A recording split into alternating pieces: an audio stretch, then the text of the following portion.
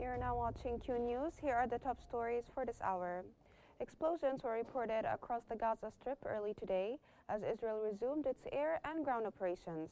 The blast began around 3:05 a.m. local time and continued sporadically until after sunrise, with the last reported at 7:01 a.m. There was no immediate comment from the Israeli military. However, the army routinely classifies all armed Palestinians as militants. The renewed strikes come as Israel presses ahead with an intensified offensive launched last week. Prime Minister Benjamin Netanyahu has stated that the military campaign aims to establish full Israeli control over the entire Gaza Strip.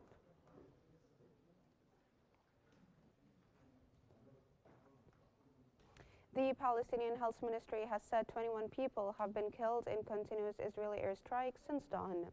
Palestinian news agency Wafa has reported an Israeli drone strike targeted a house in El Amal neighborhood west of Qnews, killing an entire family.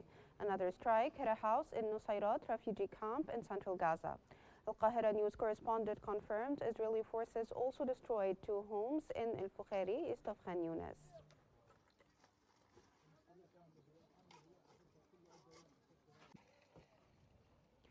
Israeli media reports have said the U.S. proposed a Gaza ceasefire similar to the one in Lebanon, but Prime Minister Benjamin Netanyahu rejected the offer. Reports have further indicated that Netanyahu is deliberately obstructing the deal for political reasons and insists on continuing the war.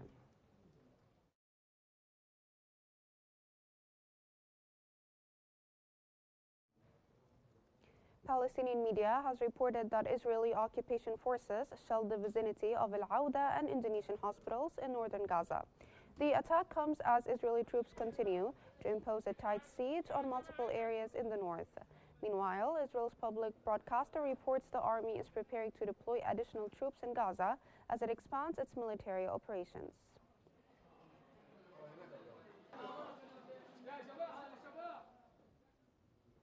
Israeli Knesset Foreign Affairs and Defense Committee member Amit Halevi has accused Prime Minister Netanyahu's government of lying about achievements in Gaza.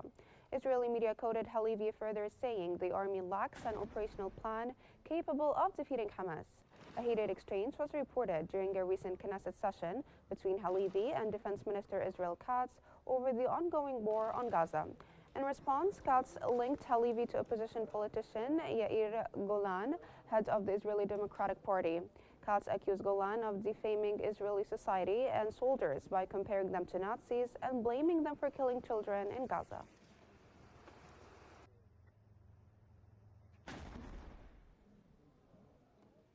Lebanese voters are casting ballots in the final phase of municipal elections in the southern provinces of Nabateya and South Lebanon.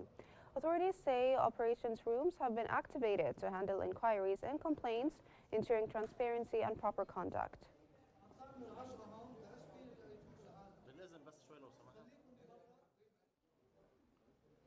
Amid escalating security tensions in Libya, Egypt has swiftly evacuated 71 citizens from Tripoli, reinforcing its commitment to safeguarding nationals abroad.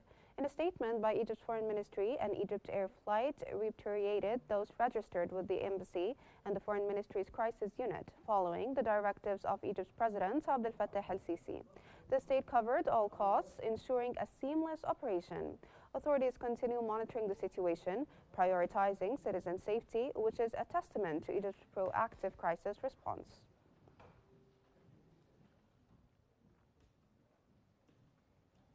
Syria's foreign ministry has welcomed the U.S. decision to lift certain sanctions, calling it a step towards easing the country's humanitarian and economic hardship. Damascus reaffirmed its readiness for cooperation based on mutual respect and stressed that diplomacy is the only viable path to restoring Syria's regional and global standing.